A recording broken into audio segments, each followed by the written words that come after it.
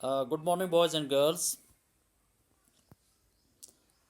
So far, the poem Inkling from the Dark is concerned. We have delivered the two lectures on the poem, and I believe, if you remember, we have understood almost all the poem. But there are certain issues that needs to be looked at. Today, we will try to understand the summary and analysis and other issues as well. Let us have a cursory look on the poem. Now, friends, first summary and analysis of this particular poem, which is displayed on your screen. The poem Inkling from the Dark is an English rendering of Kashmiri poem Pesho Zulmat Vazan. Zulmat in Kashmiri, Kashmir में जुल्मत अनगटिस वना वजान गो कहाँ चीज़ तमज नैरुन उसमें से फूट पड़ना, right? The title in Kashmiri is Pesho Zulmat Vaza, and then it has been translated, into into English by Professor Jir Malik. And okay, by Rahman Rahi. Now, Pesho Zulmat Vaza by Rahman Rahi, a veteran poet and a professor of Kashmiri and emeritus at Kashmir University. And I have, given you the entire biography in the previous lecture. Okay, it is a metaphysical poem focusing most probably on the age old concept of the apparent and timely triumph of evil or vice on good or virtue, right? Basically, what happens, you have some sort of conflict that is shown in the poem on evil versus good, or you can say vice versus virtue, right? That is there. But ultimately, what happens? Ultimately, inevitably, an everlasting victory of the good, the virtue. And at the end of the poem, we find that there is victory of virtue. That's why I told you a number of times in these previous two lectures, that the poem begins at a positive note and the poem begins at a very negative note and ends at a positive note. In other words, what you normally say, it begins with a pessimistic note and ends at an optimistic note, right? Now see this. The poem begins on a depressing and pessimist's note with violence and bloodshed at its main features, but ends on an optimistic note promising a bright and beautiful future. Okay? Now, what you normally understand when you open the poem, वहाँ पे हमें क्या दिखता है? In the opening, we find eagle, which is the symbol of tyranny, which is the symbol of, you can say cruelness, victimizes what is called dove, right? Dove is the symbol of innocence. ठीक है, वो हमको दिखता है. That's why it begins at a pessimistic note, and then when it ends, and पे हमको क्या पता चलता है? जिस वक्त हमारे पास क्या कहते हैं इसको, oyster जो है, oyster is laboring forth a pearl. You understand? That is what happens. Okay, now see this. In these lines, in the poem lines, I simply mean, the poet says that yesterday when he was gripped in a deep slumber, his fancies were disturbed by some thoughts, right? Remember the previous two lectures. अगर आपका ये पहला lecture है on this particular, through this video, I will suggest you please do one thing, go through the last two lectures, right? ताकि आपको बात अच्छी तरीके से समझ आ जाएगी. Here I am trying to have a cursory look on it. I don't want to go into the detail, right? Okay. Now he was gripped in a deep slumber. The poet is basically in deep slumber. बड़ी गहरी नींद में है. His fancies were disturbed by some thoughts. He is having some dreams और वो सारी disturb हो जाती हैं because there are number of thoughts which are considered to be horrific thoughts. He imagined an excruciating scene, right? A very painful scene. He saw that a powerful eagle, in the same old familiar manner, has ensnared a dove in its beak. ठीक है, powerful eagle क्या कर रहा है, that is basically एक तरीके का शिकार कर रहा है किसका, डाव का, और वो इसकी बीक में है, राइट, ईगल की बीक में. The blood of the poor dove glowed like fire, and its feathers had also fallen into the atmosphere by hilltops, right? You are finding the feathers of the dove is spread all over the hilltop, क्योंकि शिकार इतनी खतरनाक तरीके का किया गया है, right. ये हमने ऑलरेडी इसके ऊपर बात करी है. I do not want to go into the detail. Okay, now see this. The poet is disturbed because he is reminded of an incident from the past when he probably killed someone or witnesses someone killing other. Now this is important point. क्यों poem लिखी गई है? Poem लिखने की बुनियादी वजह यही है कि perhaps poet has committed some heinous crime. Perhaps he has killed somebody, or he has witnessed some other person is killing some other. He is considered to be witness there, right? The eagle represents the merciless, powerful tyrant. जो हमको eagle दिखता है, merciless powerful tyrant, जैसे एक जालिम हुक्मरान होता है, who dominates over the weak and oppresses them. ठीक है, who dominates over the weak is considered to be dove and oppresses them. ये हमको पोएम में पता चलता है, यानी जालिम वर्सेस मजलूम जो हम नॉर्मली देखते हैं. अब सुनिए दोबारा. When he turned to the other side of the pillow, the poet witnessed a vast dark chasm.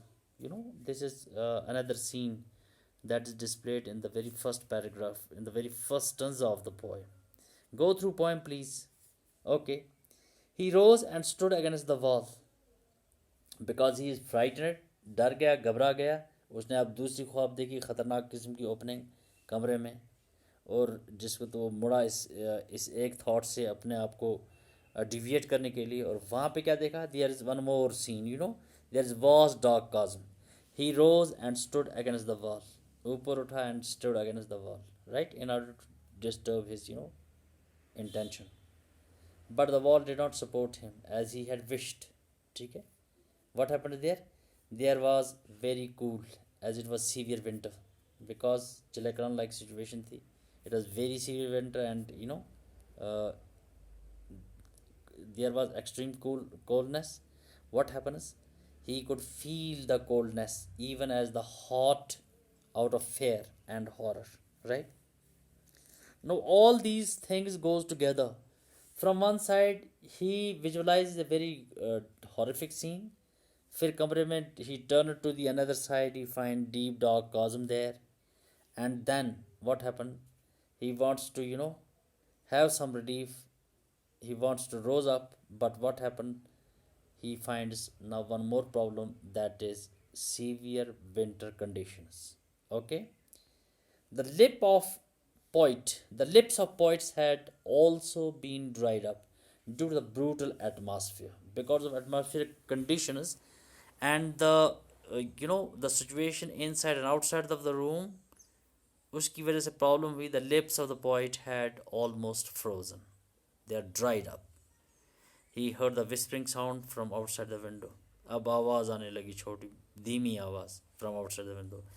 Actually, it was falling snow so heavily that the snowflakes were gushing into the shelter. Snowflakes जो हैं, बर्फ़ के तोते छोटे छोटे, वो गिर रहे हैं, और they are entering into the shelter, in the crevices, right? And he is finding one more problem. The atmosphere was so harsh that even a mouse could not endeavor to creep into from under the box to the store cabinet. इतना tough atmosphere. The mostly lively animal जो हमारे पास है, the very active is mouse, right? But you won't find mouse anywhere. Even उसको आप store room में भी नहीं देखते हैं. इतनी ख़तरनाक कंडीशन है एटमॉस्फेयर की, जो चले कलान की सूरत हाल होती है. That's what I have discussed already, right? और इसकी जो माउस की जो हैं activities, they are limited, they are confined. क्यों कन्फाइंड हुए? Because of atmosphere, because of nature, right. And a cat was also hung up on the hanger in place of poet's upper garment. जहाँ poet अपना अपर garment रखता है वहाँ पर आप उसने बिल्ली को देखा, which I have already discussed in detail, right. The situation has turn volatile and you are finding the situation is not good, it's not conducive at all. He tried to pull the quilt up to cover his cold body, but doing this, Kangri overturned and helpless ashes touched his feet.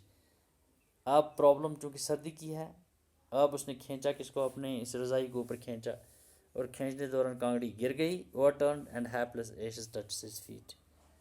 और जो ashes हैं, cold ashes, they touched his feet. All the while the owl hooted outside. अब ये situation तो बड़ी ख़तरनाक थी ही कमरे में, अब बाहर से ओवल चलाने लगा. O woe to you woe. Now he is cursing the poet. The poet says he would have lamented but his heart did not support him out of horror, right. इतना घबराया हुआ scene and he is in problem. Now see another thing.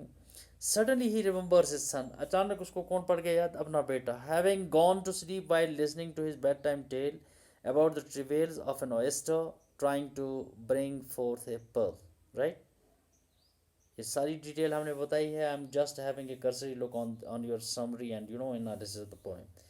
The poet jumped off his bedpost. Now, what did the poet do? He jumped off his bedpost, switched on the lights quickly, and heaved a sigh of relief on finding him in deep slumber, resembling a mushroom on the mount, with pleasing, innocent smiles brightening up his face, and drop of sweat shining like the pearl on his forehead. Right? अब उसने जिसको अपने बच्चे को देखा तो वो मुतमईन हो गया, क्योंकि बच्चे की जो सूरत हाल थी, that was quite good. There was a smiling face, जो उसको नज़र आ रहा था पोइट को.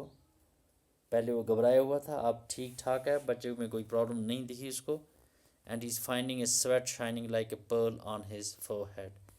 और उसने एक पसीने का कतरा देखा उसके फोरहेड के ऊपर. It was shining like a pearl. He understand the child must be dreaming the oyster bringing for the Perl.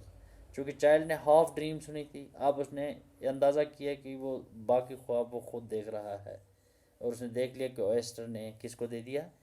Oyster ने एक पर्ल को पैदा किया, एक पर्ल को चुना. Thus the poem ends on a happy note, right? With a promise of a bright and beautiful future full of hope, right? यह हमको दिखा इसमें, इस पोइम में, ठीक है. ये जो चीज़ है लास्ट पे, जो हम चीज़ यहाँ पे महसूस करते हैं, that it ends on a very positive note. You have a bright future A head, right. That's why पहले हमें बहुत ही ख़तरनाक तरीके की ओपनिंग है पोइम में, और उसके बाद एंड पर हमें अच्छी यानी एंडिंग मिलती है, राइट. अब देखिए थीम, क्योंकि ये चीज़ हम पहले डिस्कस कर चुके हैं, इस समरी के मुतालिक था हल्का सा. Now let us try to understand the theme of the poem. क्या मकसद है राइटर का लिखने का? All of a sudden the poet recollects his beloved son. The poet says that his son fondly heard the bedtime tale that he narrated to him last night. ठीक है, क्योंकि उसने बच्चे को रिकलेक्ट किया कि बच्चा कहाँ पर है. He has heard half of the tale. In the story the poet talked him about the oyster that undergoes troubles in her travails. क्योंकि स्टोरी में हमें क्या पता चलता है? Oyster undergoes some troubles. Oyster जो है, इट अंडरगो सम ट्रबल्स इन हर ट्रिवेल्स, जो उसको लेबर पेन वगैरह होती है, और उसके बारे में जो पोइट है वो अपने बेटे के साथ बात कर रहा था, ठीक है. But his son heard only half of the tale. उसने आधी कहानी सुनी, बिकॉज हिज स्लीप ओवरटेक, और इतने में उसको ज़्यादा नींद का गलबा था तो नींद आ गई.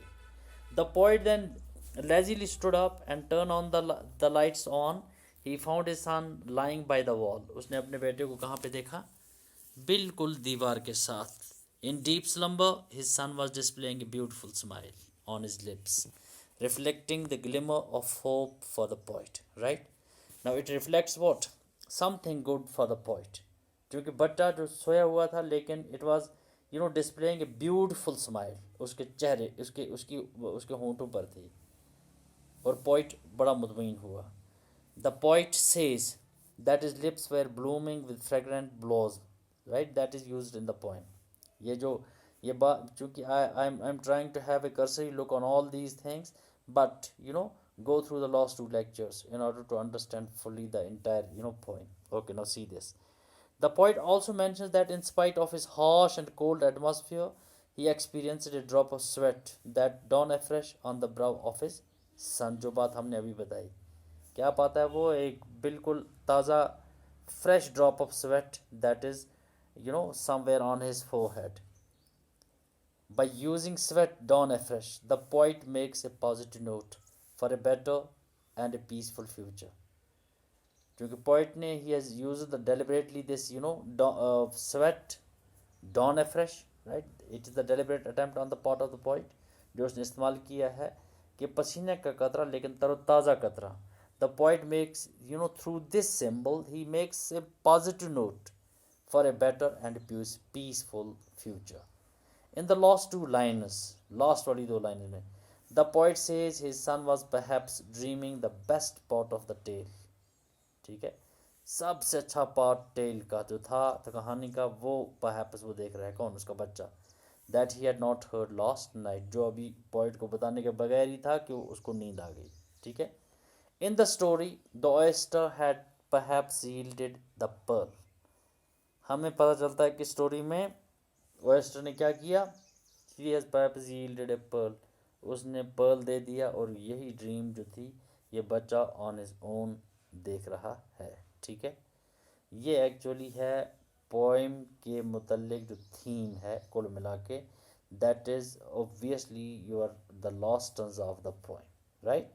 And if you talk of first two stanzas, you have horrific scene, and if you see the last stanza, you are finding something good is going to happen. You have a promising future. That is the total thing he wants to tell you. Okay, now see these, this is simply reference to context. Let us look at reference to context, and then we will try to locate poetic devices. That's it. Okay, now see this.